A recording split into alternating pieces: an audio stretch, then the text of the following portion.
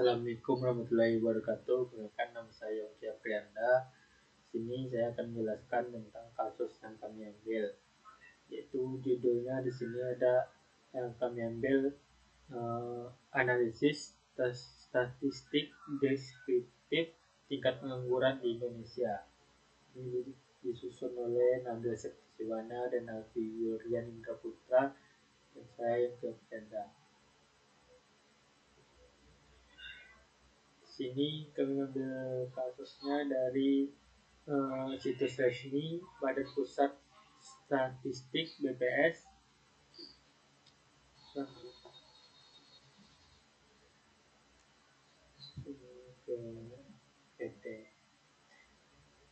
Analisis statistik deskriptif tingkat pengangguran di Indonesia, itu latarnya tingkat pengangguran terbuka atau TPT merupakan indikator penting untuk menilai kesejahteraan ekonomi dan kondisi ketenaga kerjaan suatu negara.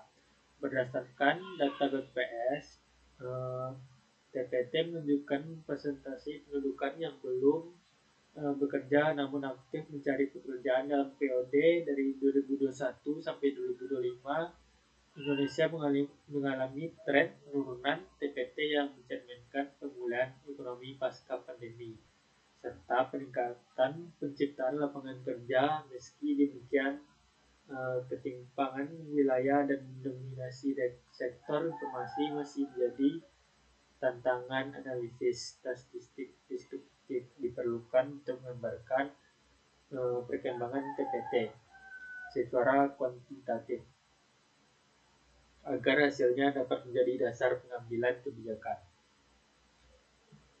Ketiga, ada tujuan dan manfaat penelitian. Tujuan penelitian yaitu mengetahui perkembangan tingkat pengangguran terbuka di Indonesia dari periode 2021 sampai 2025. Menyajikan data TPT dalam bentuk tabel dan diagram menggunakan berbagai software statistik. Mengukur penyebaran dan kecenderungan data TPT melalui perhitungan statistik deskriptif.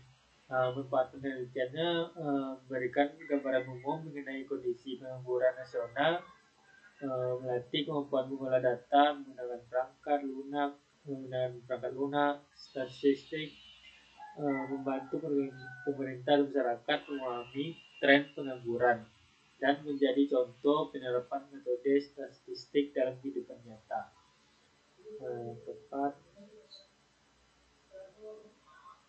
Langkah-langkahnya, tadi saya sudah bilang, data diambil dari situs resmi Badan Pusat Statistik BPS. Itu modelingnya, pengolahan data dimasukkan ke dalam perangkat lunak Excel, Python, tabel, dan SPSS untuk dilakukan pengelompokan, perhitungan, dan visualisasi. Analisis statistik, data dianalisis menggunakan teknik statistik deskriptif seperti distribusi, frekuensi, algebra, dan perhitungan deviasi standar.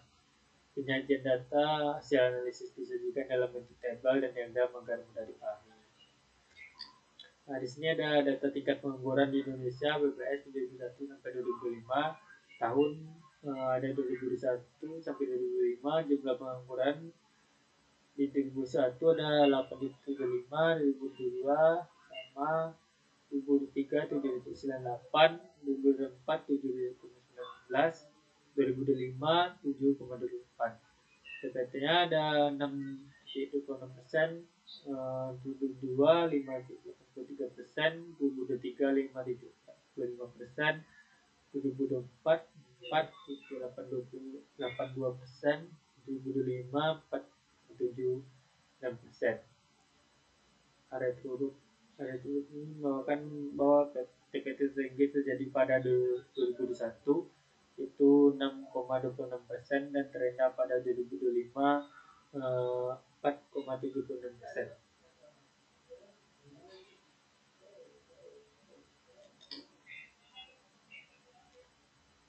Ini ada diagram batang dan daun. Itu tahun TPT batang daun. Ini ada tahun 2021 sampai 2025 ya, persen 28%, 2022 5,83%, 2023 5,45%, 2024 4,82%, 2025 4,76%, ini batang ada 2001 6, 2022-nya 5, daunnya di alasan penggunaan diagram batang dan daun digunakan untuk menunjukkan distribusi nilai DPT dengan lebih detail dan sederhana tanpa kehilangan informasi data asli. Sini ada distribusi frekuensi kelas 1, 2, 3, 4. Intervalnya ada 4,5, 5,5, 2, ada 5,0, 5,5, 5,5, dan 80, 80, min 8,5. Frekuensinya 1111 dan totalnya 4. Alasan penggunaan tabel distribusi frekuensi digunakan untuk mengelompokkan data menjadi interval agar mudah dianalisis secara visual dan numerik. Ini diagram batang Excel, Python, dan SPSS. Bisa teman-teman lihat 2021 sampai 2025, 2021 sini mulai muncul. Ini gambar batang diagram menggunakan tabel 2021 sampai 2025 juga. Oke, ini sama, bedanya menggunakan Python sampai di 2025. Oke, di sini menggunakan SPSS sama 2001 sampai 2025. Diagram batang menggunakan karena efektif menampilkan perubahan tingkat pengangguran antar tahun dengan perbandingan visual yang jelas.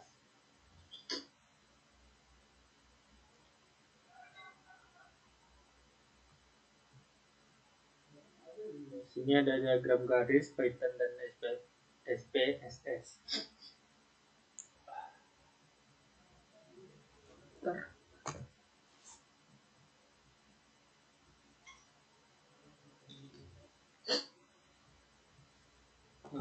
Di sini sama. Alasan penggunaan diagram garis Python dan SPSS ini garis menunjukkan tren penurunan DPT dari tahun ke tahun sehingga mudah terlihat perubahan data secara kronologis. Nah, inilah perubahan data tersebut. Ini yang menggunakan Python dan ini yang menggunakan SPSS. Baik. Sini ada objek frekuensi kumulatif. Di sini ada titik kelas frekuensi lebih dari, ini lebih dari 4,5, lebih dari 4, 5,5, lebih dari 3, 5,5, lebih dari 2, 6,0, lebih dari 1, 6,5, lebih dari 0, frekuensi kurang dari 5,0 sama dengan 1, 5,5 sama dengan 2, 6,0 dengan 3 kurang dari 6,5 dengan 4. Baik, mungkin itu. Ini ada gambar objek menggunakan Python, interval misalnya 4,5, min 5,0, 5,0 dan 5,5. Baik, kita lanjut. Sama, bedanya di sini menggunakan objek menggunakan SPSS.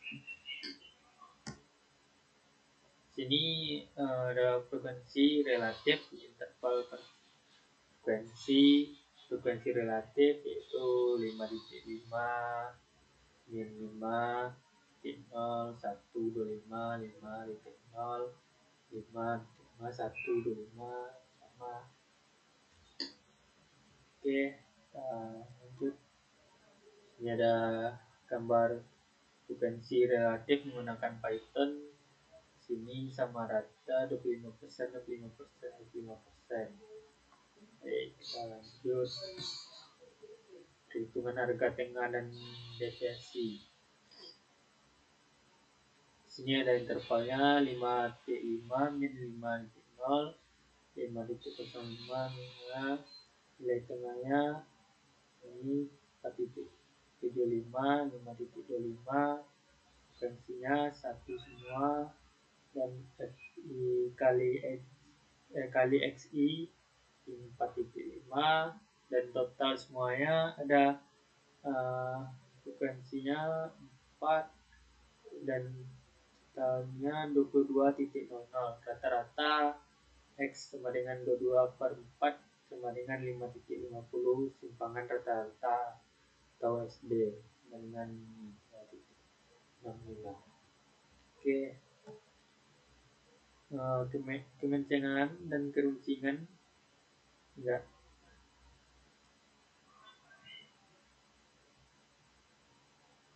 Kemencangan dan keruncingan, kemencangannya atau skewness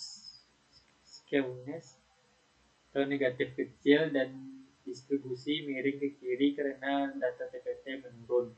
Keruncingannya leptokurtik, data cenderung menumpuk di sekitar rata-rata seperti gambar ini. Ini keruncingan. Ini seperti miring ke kiri.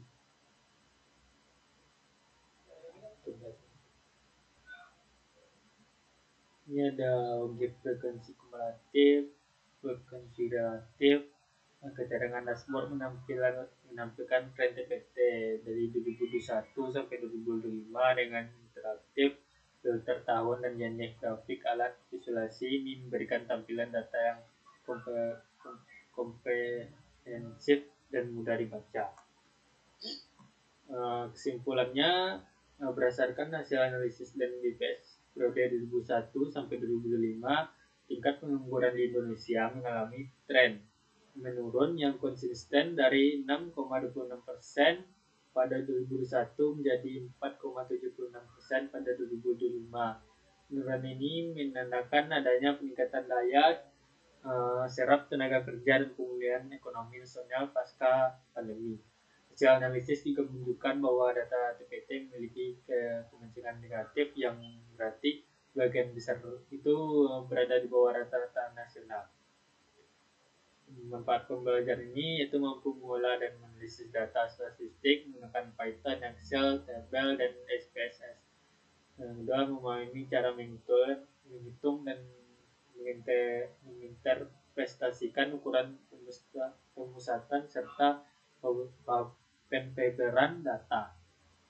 Tiga, mampu menyajikan data dalam berbagai bentuk.